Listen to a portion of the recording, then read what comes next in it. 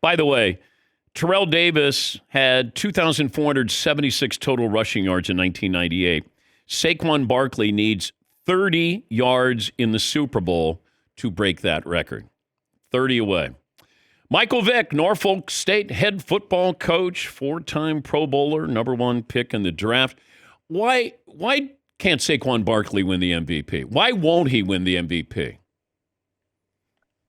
I'm not saying he won't. I don't He's not going to win think it, it's Mike, not possible. but It's possible. He could win it. I mean, if he win the Super Bowl, just say if he was the Philadelphia Eagles happen to win the Super Bowl, you're looking at a guy who's been, one of the greatest at the position in many, many years of football. So it's very possible that he can win the MVP. It's not out of the question just because he's a running back.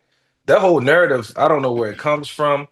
But Saquon has done some things that only about, if I'm saying this correctly, 5 to 10 running backs have done in the history of the National Football League. I think it's So 5. let's not forget that. Yeah, so that's an elite group. That's like the top echelon. But if he's not going to win it, because the voting's already done, if he's not going to win it this year to rush for 2,000 yards, Yeah, twice as many as he had with the Giants the previous year, he changed the Eagles' offense. He's a home run hitter. It's a great story. The Giants didn't want him. I know Lamar had a wonderful year, but yeah. I don't think a running back's going to win an MVP in my lifetime, Mike.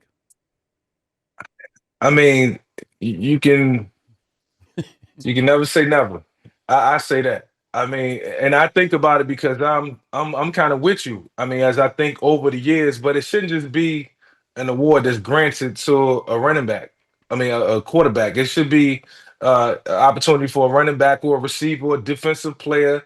It should not be QB bias at all. And so, I wouldn't be surprised if Lamar won it or Josh won it, because those guys they truly deserve it as well. But it's only one trophy to go around. But I mean, Saquon, if he wins the Super Bowl, I think I think that'll be a well, nice it already be decided by then. yeah. I'm sorry because the honors is the night before. So I got the sequence out of order. Yeah, but But that's a nice consolation prize, Mike. yeah, If he yeah. doesn't win the regular season MVP, but ends up winning the I, I'm Super Bowl. yeah, I really feel like it should be decided once the season is over.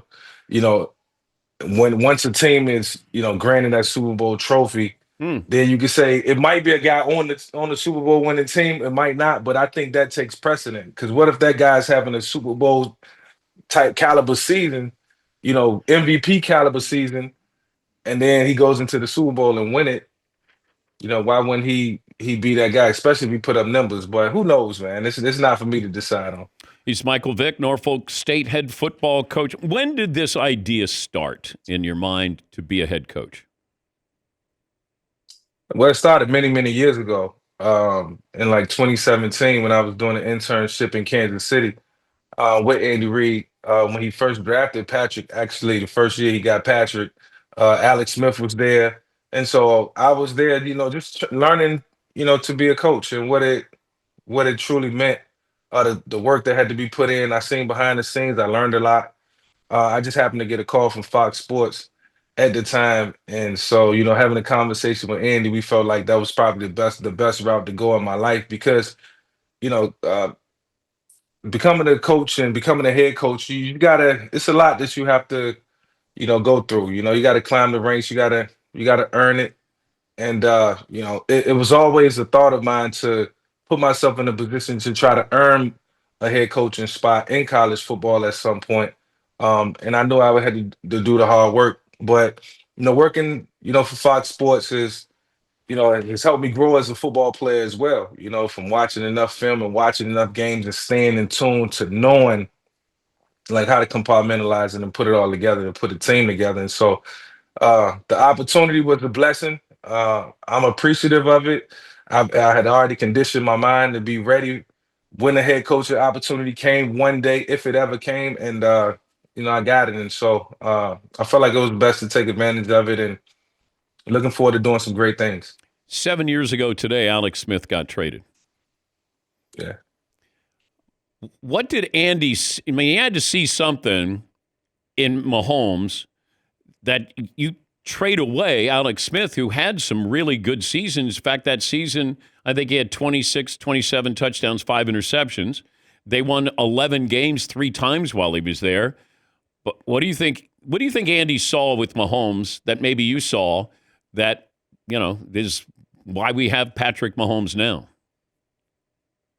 Yeah, well, I mean, I can't say exactly what Andy was thinking, but he may have looked at the situation, probably spend about, 4 or 5 years with Alex. And, you draft this young quarterback to build for the future. And I think in Patrick's last game in his rookie season, I think he had an amazing game against Denver, if I'm not mistaken. And it was just you see probably seeing things, and I know I saw things. Andy probably seen some things that it was just kind of like unprecedented at the quarterback position, Hmm. and it's kind of unheard. And so you like I know I can build with this. Might as well get it going now and try to just expedite the process of getting to a championship. Alex still had some good years. There was some teams out there who could use him at the time, and it wasn't like he ended up in a bad situation. So, Alex wasn't coming off a Super Bowl caliber season, or he didn't win the Super Bowl, so it kind of made sense to do it at the time. But I can guarantee this: that Alex and Andy still can have a great relationship to this day, and Alex appreciate everything Andy has done for him. So, it was just Patrick's time, and you can see that it was the right decision that was made. Are you going to try to schedule a game with Deion in Colorado? To play Yeah, Colorado. yeah. Um, it's a possibility, but you know what? It would have to make all the sense in the world. It's funny. I spoke to Dion about those type of games and scheduling, big time games for the school. And you just want to be cautious when you're doing that. You don't want to put the kids in a bad situation. Obviously it helps the school out, and we'll pick and choose our spots in terms of what's the right team to play before I put them in a situation where it's a detriment to them. And when we do, we finally schedule that game, we'll be ready to play that game and be competitive in that game. If you guys had a 40-yard dash now, you and Deion. Now he's got the foot problem, so you could probably take him, right? I mean, I would say probably before the yeah, I probably can take him now. What about before But the foot? What about before I was about to say before then, I still would get an edge to Prime, because Prime ran a 4.2. Won't too many that could. I think he might have ran a 4.1. I think it was a 4-1 and change. Yeah, he ran a 4.1. Yeah, he's the yeah, he could run. So I would get an edge to the goat without a doubt. All right, before I let you go, what would be a successful season for you this year? Successful season for us, I think is to double the amount of wins that we had last year. As I watched the film and I watched those young men, they competed hard last year. They put forth a lot of effort, but we all acknowledged collectively that it's a little bit more that could have been done. And so, those guys, they around there, they talking, championship. And that's the way they supposed to think, and that's the way they supposed to talk. But you can talk about it, you got to be about it. And I think for us right now, it starts with our strength and conditioning program, tackling the off season, making sure that we put in the hard work and we get to know one another, build that camaraderie, come out of the spring feeling good about going into the fall, and then start putting the right pieces together. So we know what we have in the building at the program.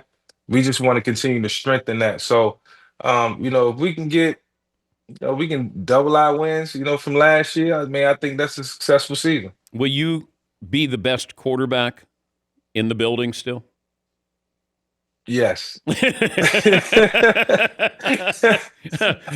Hey, until somebody shows me on all accounts that they're ready to play on that level, and I'll know real soon. Then we can pass the torch around. I'll say that. Good to talk to you. You too, Dan. Good luck. That's Michael Vick. We'll take a break. Phone calls coming up after this.